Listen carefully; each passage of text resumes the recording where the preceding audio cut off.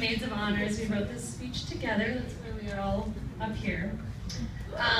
We've known Emily since elementary school, which is a time when one of the most important traits a friend can have is a really cool house.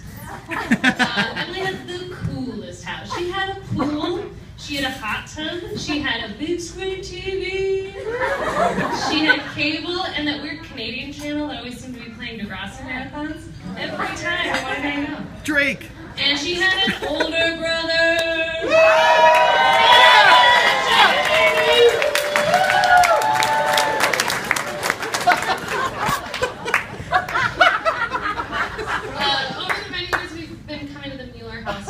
We've developed a tradition that David Schaefer has titled Tuesday! Tuesday, if you didn't hear that. As if the pool, the hot tub, the big screen TV were enough, Kathy, Emily's mother, bought us a huge 8-person inflatable tube that we would take out onto Lake Minnetonka every night at midnight, which is a safe activity for a bunch of teenagers. We would only do it on Tuesdays, though. Kathleen would inevitably find the tube somewhere buried in the basement and inflate it, even though it was punctured in several different points. Fix it? We'd fix it, it's fine. And then we would carry it out onto Lake Minnetonka on the road, which was not safe at all. After we committed a little light trespassing on one of Emily's neighbor's docks, you don't know, it's different every time. We'd leave the tube out and begin paddling, telling fanciful stories about unicorns and lots of implied details, whatever. Laura usually fell off pretty quickly. She needed to get her sea legs. On one of the off nights when our other friends didn't join us, because we had so many friends clamoring to get on this tube. Raise your hand. Raise your hand. If you've been on the tube, we want you to raise your hand. Whoa! I kind of did. So many friends. Everybody sort of halvesies was on the tube. But when one of the nights when our friends weren't joining us, it was just the 4 of us. I remember one time when things got a little ridiculous. We'd each eaten a quarter of a Dairy Queen ice cream cake, and I'm talking like the 22-inch, not the 14. After eating that much ice cream and cake, we would get on, and one of us thought it would be funny to start making some farting sounds. And I don't know if you've ever been on the lake, but sound really echoes, and his neighbors, and we all joined in, and it was disastrous. 45 minutes and noise complaint later, one of us stopped and reflected on the moments that had led up to this moment. And asked a question that hit a little too close to home for each of us. Why don't we have boyfriends? we didn't know. Not clear to us why we didn't have boyfriends. But look where we are now. We're at Emily's wedding. She's found a really great guy who loves fart jokes. But in almost 5 years now that we've known Kevin and Emily together, we've seen how compatible they are as a couple. They have so much in common. They have really easygoing nature, really great sense of humor. They make all of these fart jokes at their wedding. We'll see if they talk to me afterwards.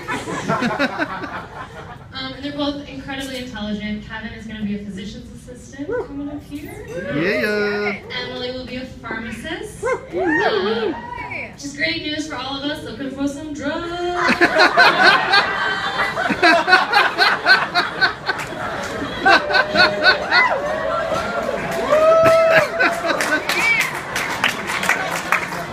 Kevin's got your prescription already. Emily will dish him right after.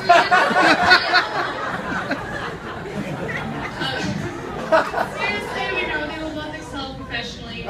We also know they will have a wonderful life together and create such a strong foundation for their kids they might have someday. No pressure for Kathy and Renee. We know this is true because of the family life we've seen at the Mueller household firsthand. If you're wondering how we know so much about the Muellers, it's because we spent an unreasonable number of nights in their basement. I think we're technically squatters, and I'm probably paying rent. I'm sorry. I love it. Come back! I need a house. But it's Emily's family that's really the center of who she is and who she's become. From Max, she's learned patience. We've seen how patient Max has been with his little sister and her annoying friend. The two of them are freakishly good at sharing, and they're really more like friends than siblings. I think Kevin and Emily even moved in with him this week. All the better to play video games and make some homemade music videos together. We are expecting those, so please start turning them out. Heck yeah. YouTube is there, post them. Emily's dad, Mark, can always be counted on to say something ridiculous and hilarious. Who him? He doesn't know who you're talking about. It's from him that Emily really gets her sense of humor. Mark is so generous and adaptable to any situation. We've thrown some doozies at him over the years. He set his lawn on fire. What's those little cotton thingies that I thought That's a story for another day. So. It's okay though. It was a dry summer day. The house is okay. Just the lawn. Just the lawn. Yeah. But it's really from Kathy that Emily gets everything else. The two of them are so loving, kind, generous, sweet, and welcoming. One of the first things that we thought about when we were writing the speech is something that Emily told us when she was 17, and that was that she'd never been mad at her mom. Wow. Which is completely foreign to us.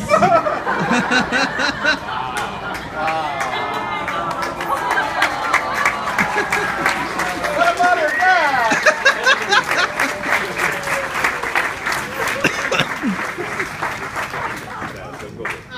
It's one thing to say that to your mom on Mother's Day. It's something totally different to say that to your friends as a teenager. So we know that she meant it, Kathy. We know that she'll take all of the things that she's learned from each of the Muellers. We know that Mark and Kathy and Max have made you the person that you are, the sweet, confident, intelligent, wonderful person. You'll take all of those things into your life as a hind. We're so excited that you guys are together. So to Kevin and Emily, we are so excited to watch you begin your life together. We're honored that you invited us to participate. We are sincerely sorry for the speech.